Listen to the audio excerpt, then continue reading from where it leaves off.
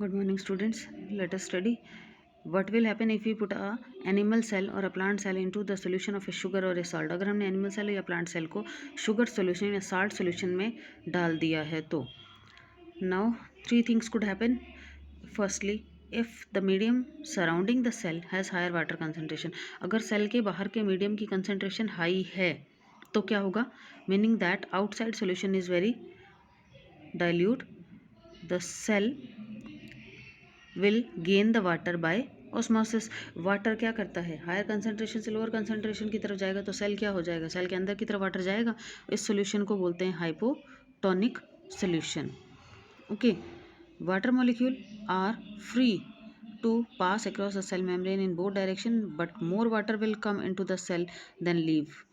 The net O result in the water enters the cell and the cell is likely to swell up. अगर surrounding medium में concentration water की high है तो water क्या करेगा? Higher concentration से lower concentration की तरफ जाएगा, यानी सेल क्या हो जाएगी? फूल जाएगी, स्वेल हो जाएगी. इफ़ द मीडियम, इस सोल्यूशन को हम क्या बोलते हैं? Hypotonic solution. Okay, if the medium has exactly the same concentration, अगर मीडियम की और सेल की दोनों की सेम कंसंट्रेशन है तो क्या होगा? There will be no net movement, तो कोई मूवमेंट होगी ही नहीं. Such a solution is known as isotonic solution. जब कोई मूवमेंट ही नहीं हो रही है ऐसे सोल्यूशन को हम बोल देंगे isotonic solution. Water crosses the cell membrane in both direction, दोनों डायरेक्शन में आराम से घूम रहा है पानी.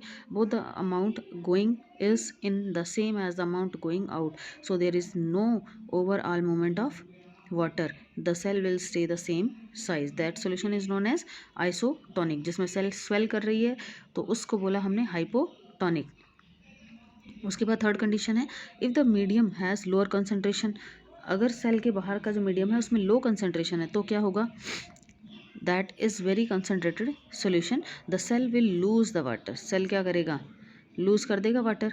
सच solution is known as hypertonic solution.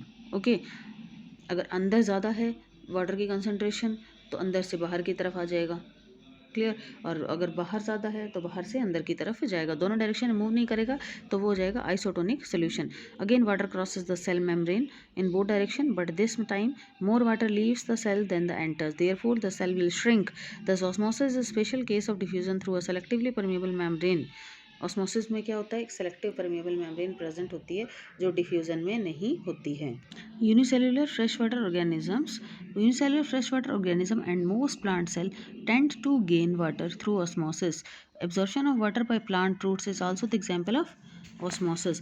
Thus diffusion is important in exchange of gases and water in the life of the cell. In nutrition from its environment, different molecules move in and out of the cell through the type of transport requiring use of energy.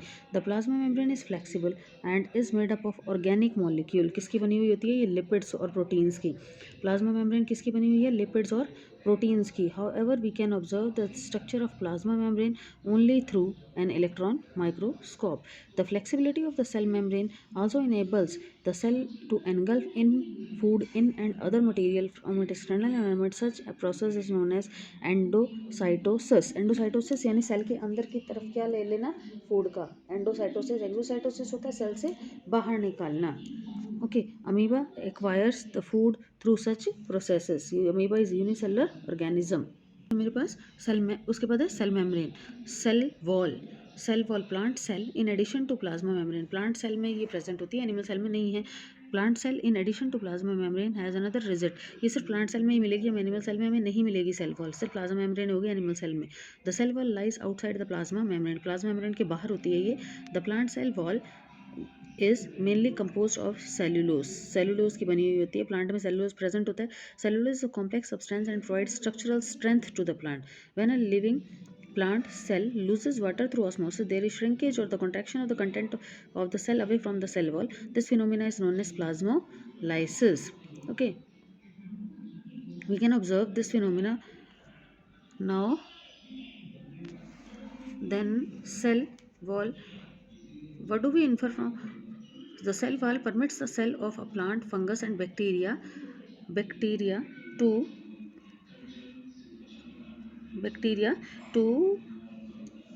withstand very dilute external media without bursting. In such media, the cell tend to take up water by osmosis. The cell swells, building up pressure against the wall.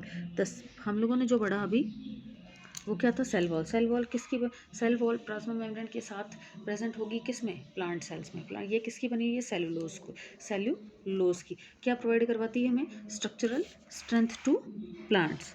Okay, then है nucleus. Nucleus, remember the temporary amount of onion peel were prepared. We had put iodine solution on the peel. Why iodine solution क्यों डाला, what would we see if we tried observing the peel without putting the iodine solution. Try it, we see the difference is further when we put iodine solution on the peel, did each cell get evenly colored. सारे के सारे अलग अलग colour के कारण, colour करने के लिए आयोडीन सोल्यूशन डाला है हमने उसके ऊपर। According to their chemical composition different region of a cell get coloured differently, some region appear darker than the other region. Apart from the iodine solution we could also use stain भी डाल सकते हैं, saffron stand भी, जिससे कि क्या colour आ जाएगा उसमें। और ये जो डिफरेंट ऑर्गन्स हैं इसमें, सेल है, सेल के जितने स्ट्रक्चर्स हैं, ये सारी अलग अलग कलर्स में अच्छे से हमें नजर आने लगेगी। अदरवाइज सारा सिंपली वाइट वाइट नजर आएगा। तो वी कांट आइडेंटिफाई नहीं कर पाएंगे, आइडेंटिफाई अच्छे से नहीं हो पाएगा बस। और ये सैफरन स्टेन या फिर आयोडीन सोल्यूशन इसीलिए डाला जाता है। We have observe from the onion cell. Okay, ये क्या दिखा था हमने उसमें, न्यूक्लियस। सेल के सेंटर में क्या प्रेजेंट है, nucleus. The nucleus has a double layered covering. Nucleus के बाहर जो है डबल लेयर कवरिंग है, जिसको हम बोल देते हैं nuclear membrane. The nuclear membrane has pore which allows the transfer of material from inside the nucleus of its outside, that is to cytoplasm. Nucleus के बाहर जो मेम्ब्रेन प्रेजेंट है उसको न्यूक्लियर मेम्ब्रेन बोला है। न्यूक्लियर मेम्ब्रेन में पोर है जो अलाउ करती है transfer of material from inside the nucleus to its outside, that is to cytoplasm. The nucleus contain chromosome which are visible as rod shaped structure. Chromosome present है जो कैसे हैं, रोड शेप की स्ट्रक्चर है। When the cell is about to divide, the chromosome contain information for inheritance of feature from parents to next generation in the form of DNA. Chromosomes भी present हैं इसी में। ये जो जेनेटिक कैरेक्टर्स वगैरह हैं वो सारे न्यूक्लियस में मिलेंगे हमें। डीएनए क्या है, deoxyribo nucleic acid. Chromosome are composed of DNA and protein. DNA molecule contain the information necessary for constructing the organising cell. The functional segment of DNA is called as gene in a cell which is not dividing. This DNA is present as the part of chromatin material. The chromatin material is visible as entangled mass of thread-like structures. Whenever the cell is about to divide, the chromatin material get organized into the chromosome. The nucleus play a central role in cellular reproduction. Nucleus double layer है plasma में, इसके जो nuclear membrane है इसमें ये genetic material को contain करके रखता है और इंफॉर्मेशन भी कैरी कर रहा है।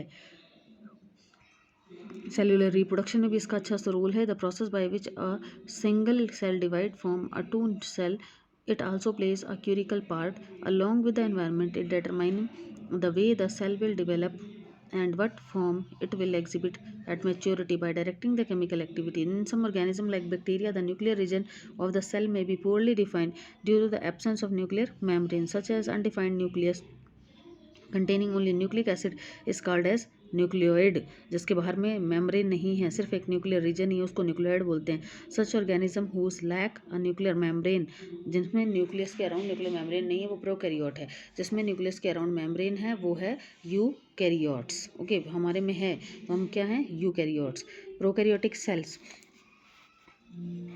also lack most of the other cytoplasmic organelles present in the eukaryotic cell. Many of the function of such organelles are also performed by poorly organized part of the cytoplasm. The chlorophyll is a photosynthetic prokaryotic bacteria is associated with membranous vesicles but not with plastids as in eukaryotic cells. ये prokaryotic cell की structure हमें नज़र आ रही है। यहाँ पे nucleoid present है। Nucleoid क्या है, जिसमें बाहर की मेम्ब्रेन प्रेजेंट नहीं है, न्यूक्लियस के अराउंड कोई मेम्ब्रेन प्रेजेंट नहीं है, उसको हमने बोला न्यूक्लियोइड। ये प्रोकैरियोट्स की स्ट्रक्चर है। ओके।